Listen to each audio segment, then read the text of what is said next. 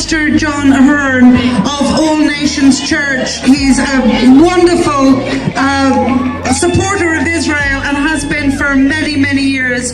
He's been standing with the people of Israel, the nation of Israel, and with the Jewish people. So thank you so much for everything you do, Pastor John.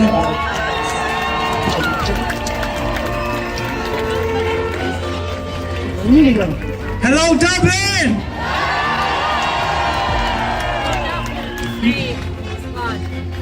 Let God arise! Let his enemies be scattered. Why am I here today?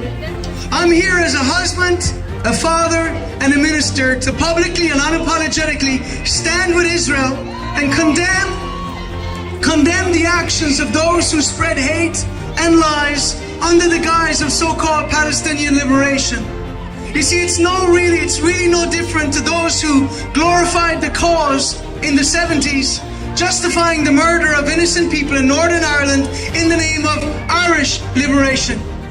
I'm here as an Irishman who believes in the principles of freedom, faith, family, respect for life, democracy, dignity, and decency, each of which were violated by the barbaric acts of October the 7th, a day that saw the biggest loss of Jewish lives since the Holocaust.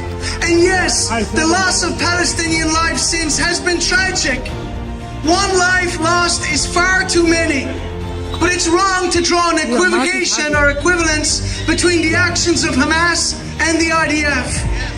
One actively targets civilians while the other seeks to avoid civilian death. I think it's important to make this distinction before we go any further, because while many people have died in Gaza since October the 7th, it's clear that the responsibility falls directly with Hamas, who instigated this conflict.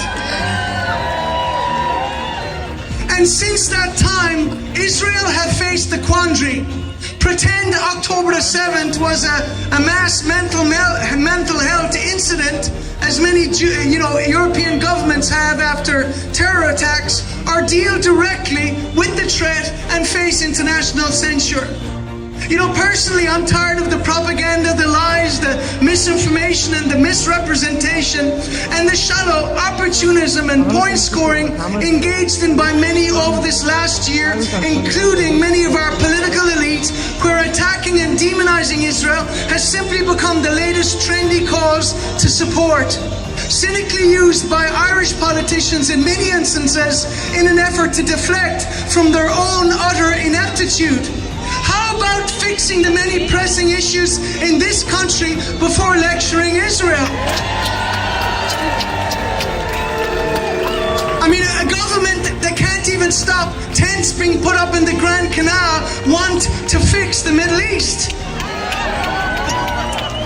I mean, in a way, you have to give a grudging respect to many of our far-left TDs, because at least they always hated Israel, and they did it long before it was cool. But now we have a government that are trying to out Sinn Féin, and I think that's quite pathetic.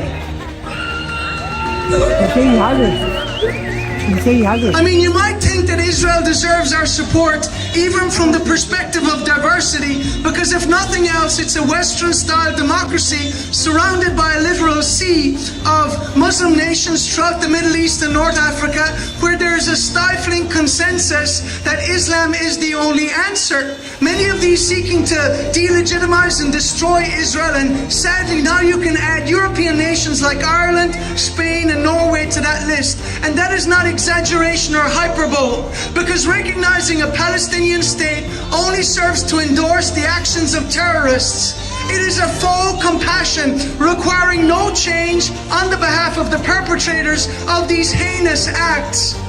Our unequivocal approval of a Palestinian state with no regard for who will run it or what it will stand for is an indictment of our moral bankruptcy and our misplaced compassion.